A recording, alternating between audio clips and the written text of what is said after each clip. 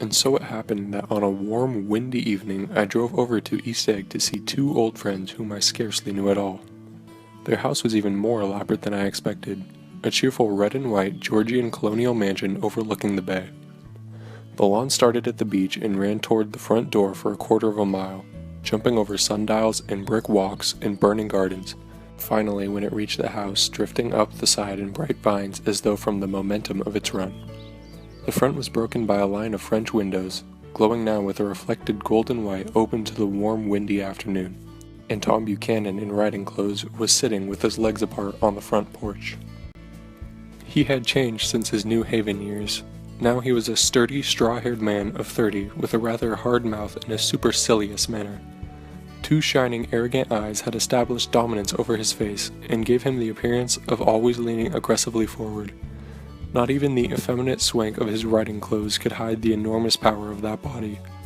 He seemed to fill those glistening boots until he strained the top lacing, and you could see a great pack of muscles shifting when his shoulders moved under his thin coat.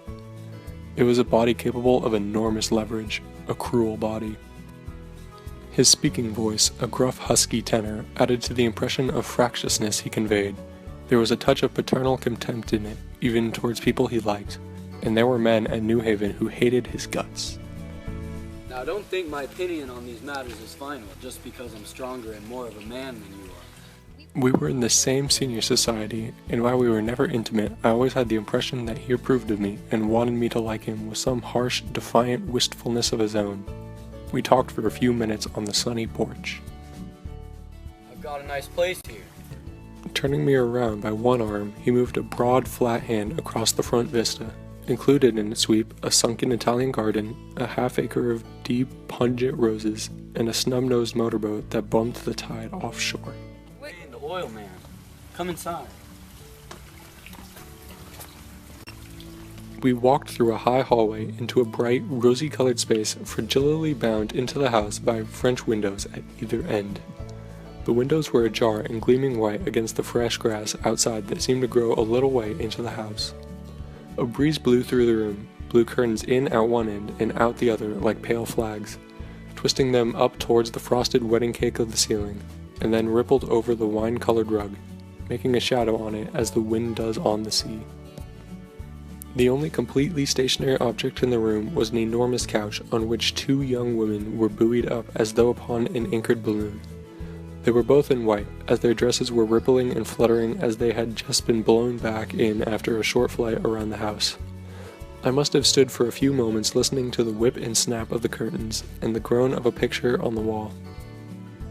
Then there was a boom as Tom Buchanan shut the rear window and the caught wind died out about the room, and the curtains and the rugs and the two young women ballooned slowly to the floor. The younger of the two was a stranger to me. She had extended full length at her end of the deviant, completely motionless, with her chin raised a little, as if she were balancing something on it which was likely to fall. If she saw me out of the corner of her eye, she gave no hint of it.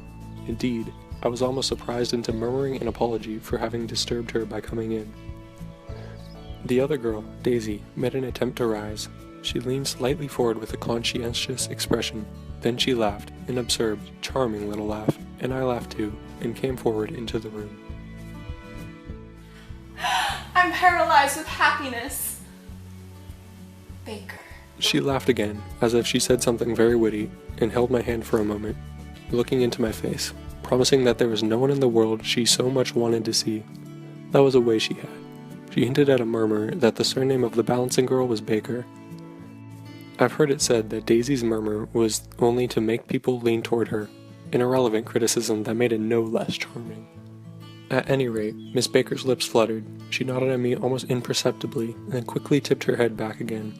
The object she was balancing had obviously tottered a little and given her something of a fright. Again, a sort of apology arose from my lips. Almost any exhibition of complete self-sufficiency draws a stunned tribute from me. I looked back at my cousin, who began to ask me questions in her low, thrilling voice. It was the kind of voice that the ear follows up and down, as if each speech is an arrangement of notes that will never be played again. Her face was sad and lovely, with bright things in it, bright eyes and a bright, passionate mouth. But there was an excitement in her voice that men who cared for her found difficult to forget, a singing compulsion, a whispered listening. A promise that she had done gay, exciting things just a while since, and that there were gay, exciting things hovering in the next hour. I told her how I had stopped off in Chicago for a day on my way east, and how a dozen people had sent their love through me. I stopped off in Chicago for a day on my way back east, and a dozen people sent their love through me. Do they miss me? The whole town is desolate. All the cars have left rear wheel painted black as a mourning wreath, and there's a persistent wind all night along the North Shore. How gorgeous! Let's go back, Tom, tomorrow. You ought to see the baby. I'd like to. She's asleep. She's 3 years old. Haven't you ever seen her? Never. Well, you ought to see her. She's... Tom Buchanan, who had been hovering restlessly about the room, stopped and rested his hand on my shoulder. Yo, Nick, I'm a bond man. Who with? Jamarius Jones. Never heard of him. You will if you stay in the East. Oh, I'll stay in the East. I'd be a goddamn fool to live anywhere else. Absolutely. Ugh, I'm so stiff I've been on this couch all day long. Don't look at me. I've been trying to get you to New York all day.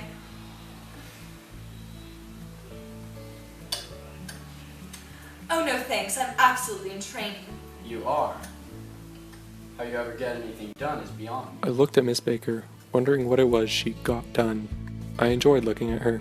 She was a slender, small-breasted girl with an erect carriage, which she accentuated by throwing her body backwards at the shoulder, like a young cadet. Her gray, sun-strained eyes looked back at me with polite reciprocal curiosity out of a wan, charming, discontented face. It occurred to me now that I had seen her, or a picture of her, somewhere before. You live in West Egg. I know someone that lives there. I was a single. You must know Gatsby. Gatsby? What Gatsby? Before I could reply that he was my neighbor, dinner was announced. Wedging his tense arm imperatively under mine, Tom Buchanan compelled me from the room as though he were moving a checker to another square. Slenderly, languidly, their hands set lightly on their hips, the two young women preceded us out onto a rosy-colored porch, open toward the sunset, where 4 candles flickered on the table in the diminished wind. Why candles?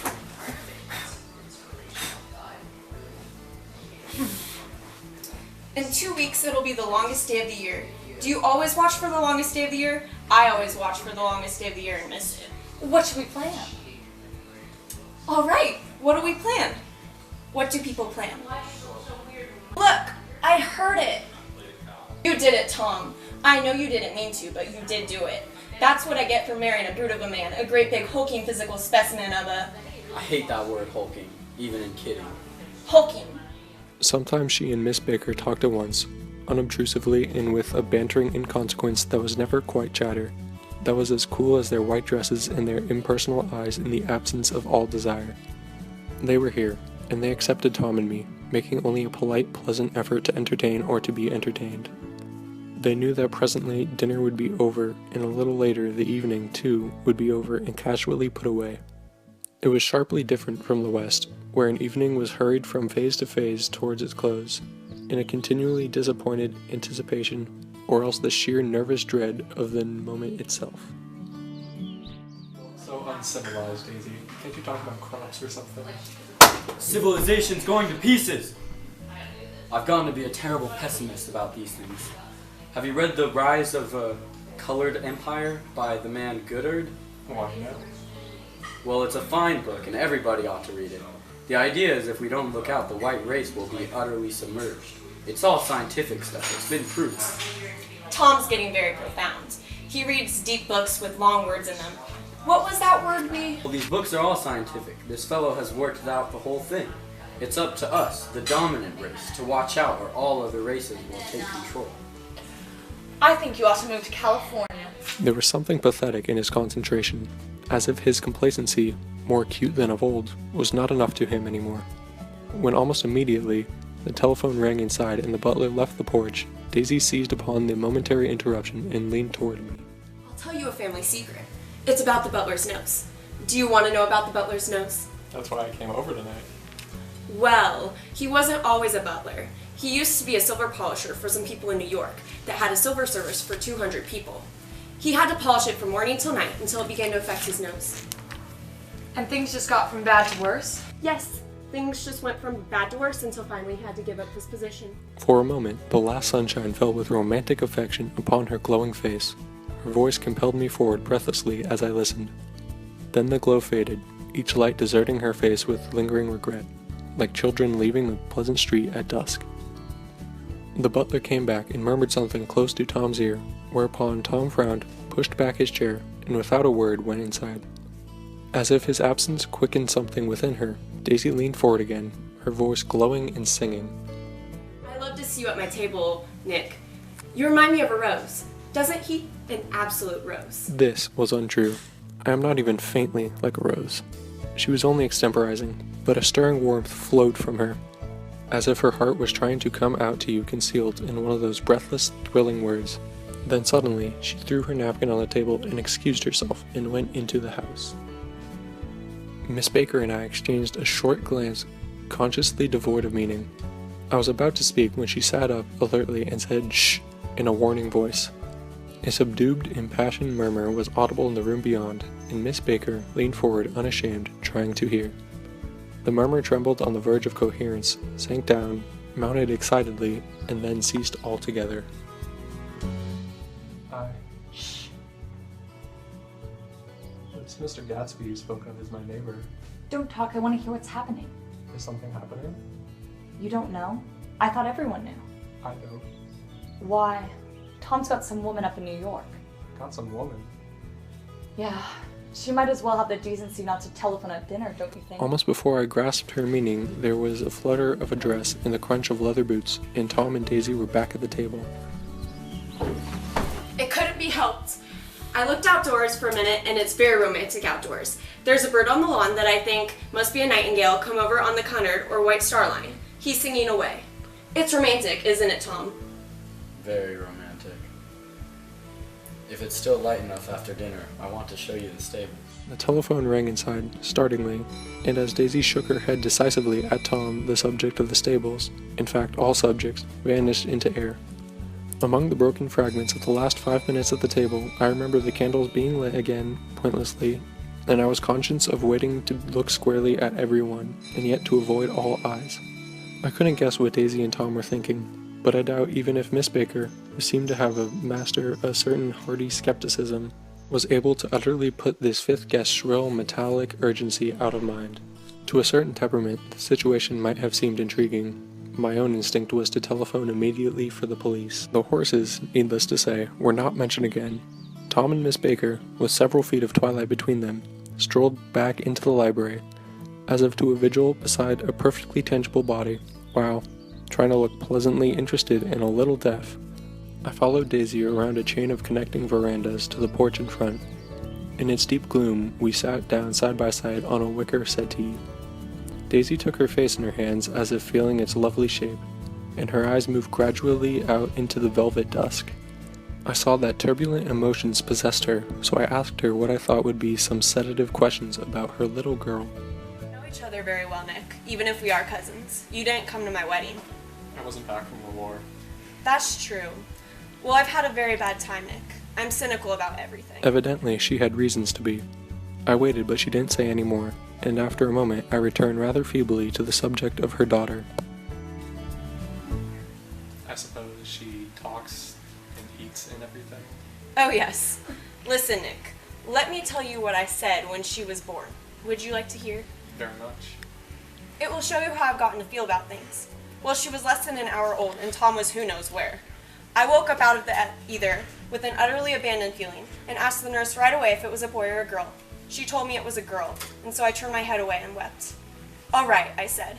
I'm glad it's a girl, and I hope she'll be a fool. That's the best thing a girl can be, a beautiful fool. You see, I think everything is terrible anyhow. Everybody thinks so. The most advanced people and I know. I've been everywhere, and seen everything, and done everything. Sophisticated. God, I'm sophisticated. The instant her voice broke off, ceasing to compel my attention, my belief, I felt the basic insincerity of what she had said. It made me uneasy, as though the whole evening had been a trick of some sort to extract a contributory emotion from me. I waited, and sure enough, in a moment she looked at me with an absolute smirk on her lovely face, as if she had asserted her membership in a rather distinguished secret society to which she and Tom belonged. Inside, the crimson room bloomed with light. Tom and Miss Baker sat at either ends of the long couch as she read aloud to him from the Saturday Evening Post. The words, murmurous and uninflected, running together in a soothing tune. The lamplight, bright on his boots and dull on the autumn leaf yellow of her hair, glinted along the paper as she turned a page with a flutter of slender muscle in her arms. When we came in, she held us silent for a moment with a lifted hand. To be continued in the next issue. 10 o'clock, time for this good girl to go to bed. Jordan's going to play in the tournament tomorrow, Westchester. Oh, you're Jordan Baker? Her body asserted itself with a restless movement of her knee, and she stood up. I knew now why her face was familiar. Its pleasing, contemptuous expression had looked at me from many rotogravure pictures of the sporting life at Asheville and Hot Springs and Palm Beach. I had heard some story of her too, a critical, unpleasant story, but what it was I had forgotten long ago. Good night. Wake me up at 8 tomorrow, won't you? If you'll get up. I will. Good night, Mr. Carraway. See you anon. Of course you will. In fact, I think I'll arrange a marriage. Come over often, Nick, and I'll sort of, fling you together. You know, lock you up in linen closets and push you out to sea in a boat and all that sort of thing. Good night. I haven't heard a word.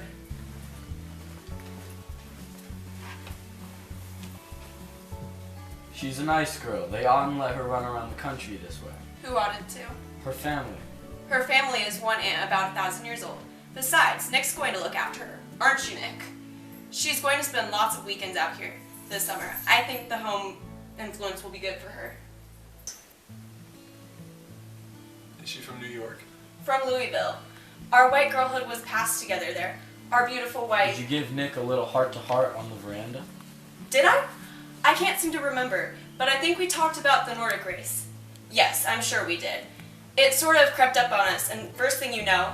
Don't believe everything you hear. I said lightly that I heard nothing at all, and a few minutes later I got up to go home. They came to the door with me and stood side by side in a cheerful square of light. As I started my motor, Daisy peremptorily called, "Wait!"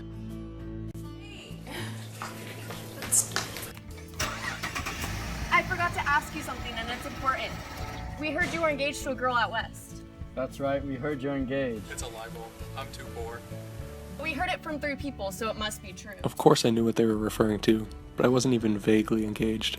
The fact that gossip had published the bans was one of the reasons I had come east. You can't stop going with an old friend on account of rumors, and on the other hand, I had no intentions of being rumored into marriage.